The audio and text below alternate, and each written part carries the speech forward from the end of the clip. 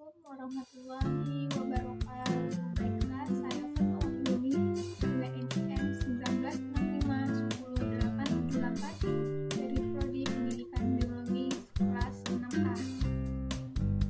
Baiklah, saya akan menjelaskan apa itu valid, praktis, dan efektif dalam suatu data.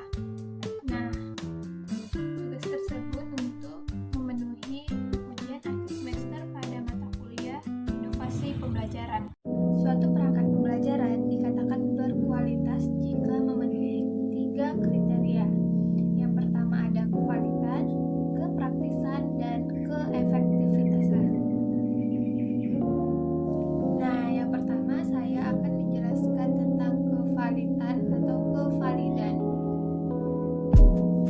Nah, aspek kevalitan adalah kriteria kualitas perangkat pembelajaran yang dilihat dari materi pembelajaran yang ada di dalam perangkat tersebut. Nah, kevalitan suatu perangkat pembelajaran dapat merujuk ke dalam dua hal. Yang pertama adalah apakah perangkat pembelajaran yang dikembangkan sesuai teoritiknya serta terdapat konsistensi internal pada setiap komponennya.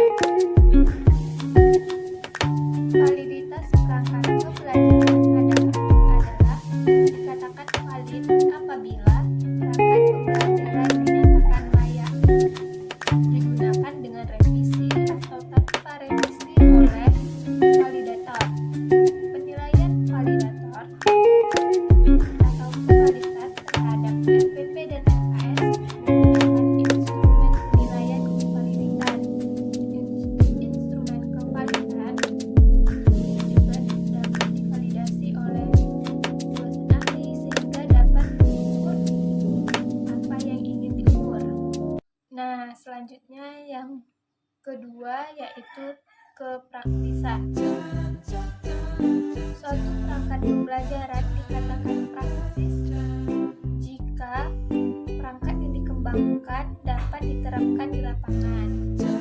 Nah, para ahli mengungkapkan bahwa kepraktisan suatu perangkat pembelajaran yang dikemukakan dilihat dari tingkat kemudahan dan keterbantuan dalam penggunaannya. Kepraktisan perangkat pembelajaran juga dapat ditinjau dari apakah guru dapat melaksanakan pembelajaran di kelas.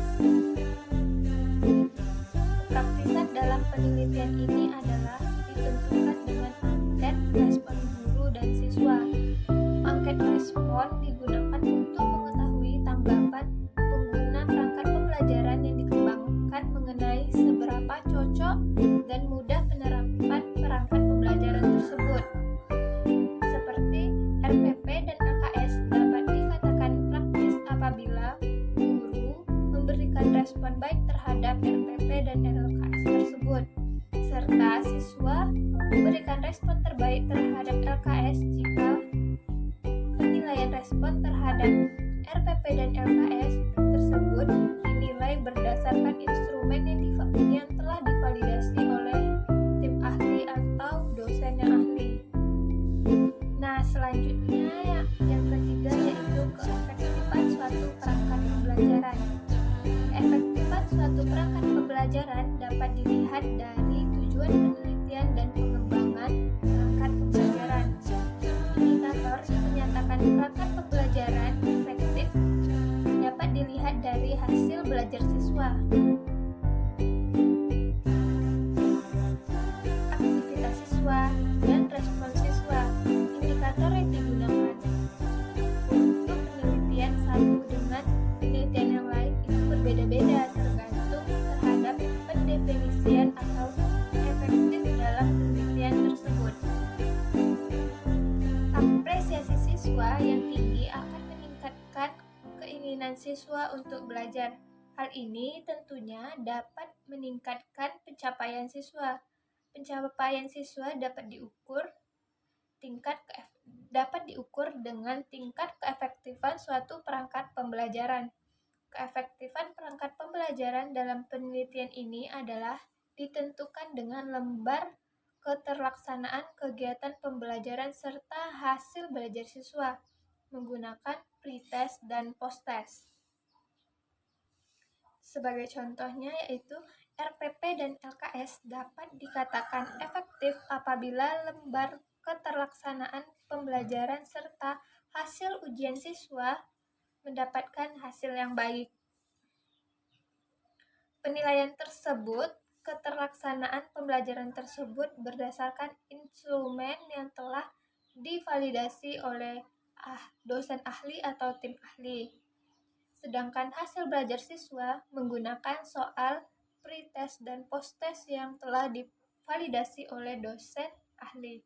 Nah, keefektifan perangkat pembelajaran itu dapat dikatakan valid, efektif, dan praktis jika telah diuji perangkat pembelajarannya oleh tim ahli atau dosen yang ahli dalam bidangnya masing-masing. Nah, selanjutnya saya akan menjelaskan tentang uji validitas menggunakan SPSS. Uji validitas adalah uji yang digunakan untuk mengukur tingkat keefektifan suatu alat ukur atau media ukur untuk memperoleh data. Biasanya, alat ukur yang digunakan seberapa efektifnya suatu perangkat itu menggunakan kuesioner untuk memperoleh data, lebih tepatnya untuk pertanyaan-pertanyaan yang tercantum di kuesioner. Nah, uji validitas ini merupakan uji yang berfungsi untuk mengetahui apakah alat ukur tersebut valid atau sahih atau tidak. Alat ukur yang dimaksud di sini merupakan pertanyaan-pertanyaan yang tercantum dalam angket atau kuesioner tersebut. Selanjutnya, kriteria pengujian validitas. Nah, pengujian validitas yang mengkorelasikan antar masing-masing skor item indikator dengan total skor konstruk. Tingkat signifikasi yang digunakan adalah 0,05. Yang pertama ada kriteria pengujiannya, yaitu H0 diterima apabila R hitung lebih besar daripada R tabel. Alat ukur yang digunakan valid atau sahih. H0 ditolak apabila R statistik lebih kecil dari R tabel. Alat ukur yang digunakan tidak valid atau sahih. Yang kedua, cara menentukan besar nilai R tabel. R tabel sama dengan DF N kurang 2 tingkat signifikasi uji dua arah.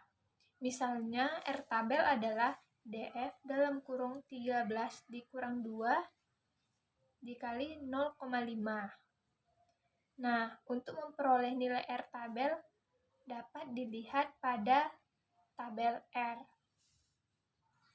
Selanjutnya, interpretasi uji validitas. Menginterpretasikan atau menjelaskan hasil uji dapat dengan cara menginterpretasikannya. Yang pertama, harus mencari nilai R tabel terlebih dahulu sesuai ketentuan DF N kurang 2 dikali 0,05 tutup kurung N. N adalah jumlah data yang diuji. Jadi untuk mencari nilai R tabel kamu menggunakan ketentuan yang pertama, R tabel sama dengan DF dalam kurung 13 dikurang 2,0,05, yaitu hasilnya 0,5529. Yang kedua, bandingkan nilai R tabel dan R hitung sesuai kriteria pengujian. Yang ketiga, cara lain yaitu menggunakan R hitung, yaitu untuk melihat tingkat signifikasinya. Apabila tingkat signifikasi item kurang dari 0,05, maka alat ukur yang digunakan valid. Dan jika kurang dari 0,05, maka alat ukur yang kita gunakan tidak valid. Nah, baiklah, segitu penjelasan dari saya. Saya akhiri dengan wabillahi taufik wal hidayah. Assalamualaikum warahmatullahi wabarakatuh.